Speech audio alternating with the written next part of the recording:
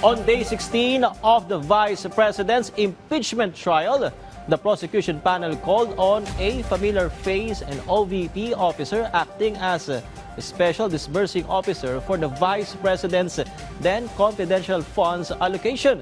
Gina Acosta, described as a hostile witness for having declared the Vice President's innocence in misusing her confidential funds, admitted during cross-examination how a military officer, one Colonel Chica, is material witness to this case. In this full report. As the impeachment trial of Vice President Sara Duterte enters its 16th day, the Senate allowed Gina Acosta, the OVP's special disbursing officer, to testify as a hostile witness. The court hereby declares the witness to be a hostile witness under and in accordance with Rule 132, Section 13. However, for the information of the senator judges and the public and counsels as well, this only gives Attorney Ligutan the right to ask leading questions, still not allowed to ask misleading questions, as I know Attorney Ligutan is well aware of the distinction. During the proceedings, Acosta admitted that the inputs for the 2022 Fiscal and Financial Plan, particularly the Good Governance Program, came from former OVP Security Officer Colonel Raymond Lachica, even though she was supposed to prepare the plan herself.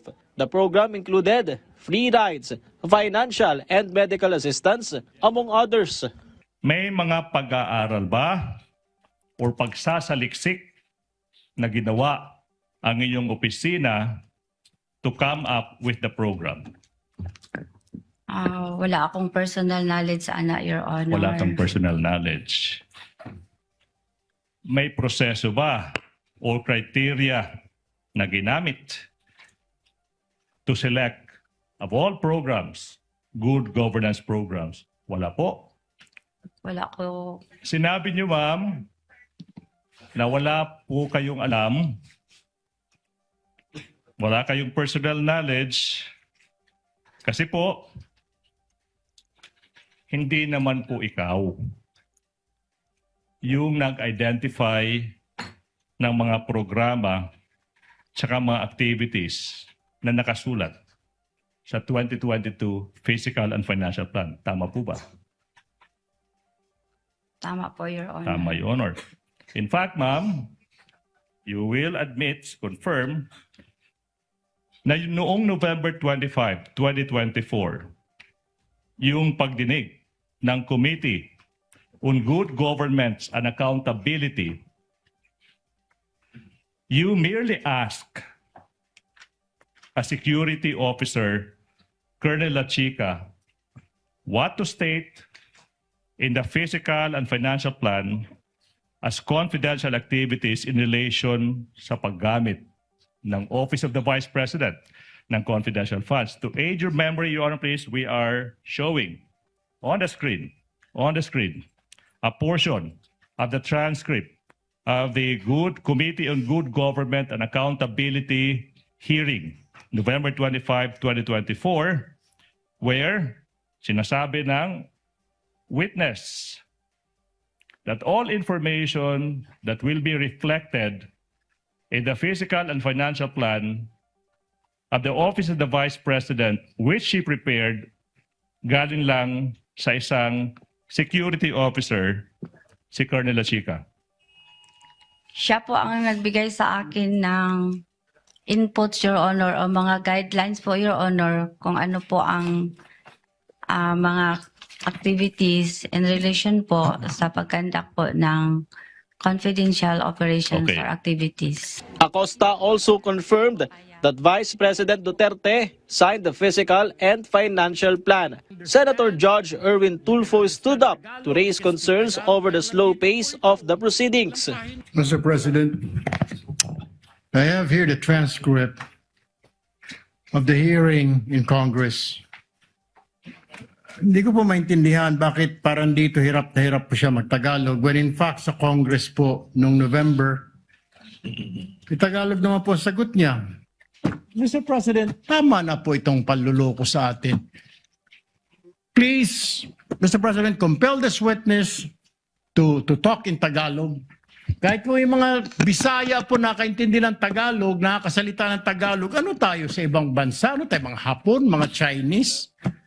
I know, Miss Witness, you can understand Tagalog, you can speak Tagalog dahil nandito po ito. Ilang pahina po ito.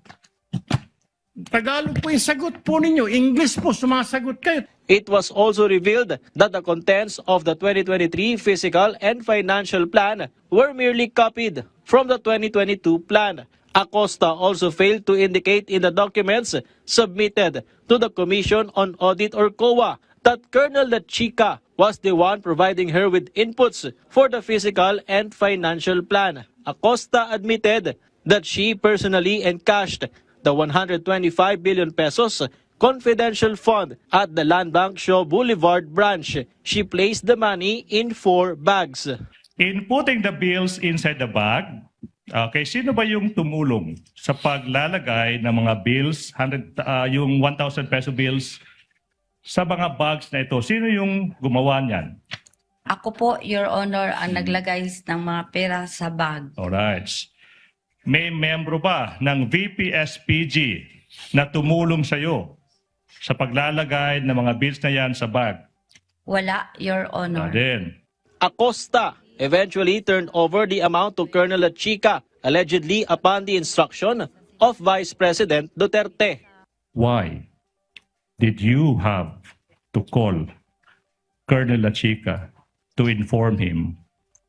Colonel Lachica, ready na ang 125 billion pesos. Bakit? Kasi po, may instruction po sa taas, Your Honor, ng aking head of agency na kung ma-encash ko po ang cheque, i-release ko po kay Sir Lachica, kinsa iyang gi-designate nga special officer po, a security officer po sa Office of the Vice President na siya yung order. Sino ba ang head of agency na nag-utos sa iyo as the special disbursing officer na ibigay yung 125 million pesos in cold cash sa isang security officer? Ang nag-utos po sa akin na i-release ang pera na 125M sa security officer na si Colonel Lachica ay si Ma'am Sara Duterte.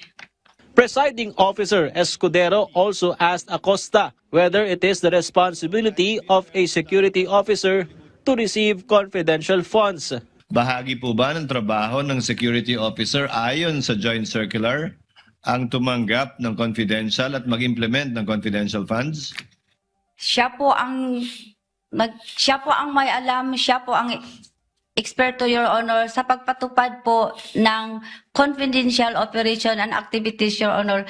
Kasi siya po ang may access when it comes to national security, Your Honor. Ayon po kanino, ma'am? Ayon sa joint circular, ayon sa interpretasyon nyo, ayon sa utos sa inyo?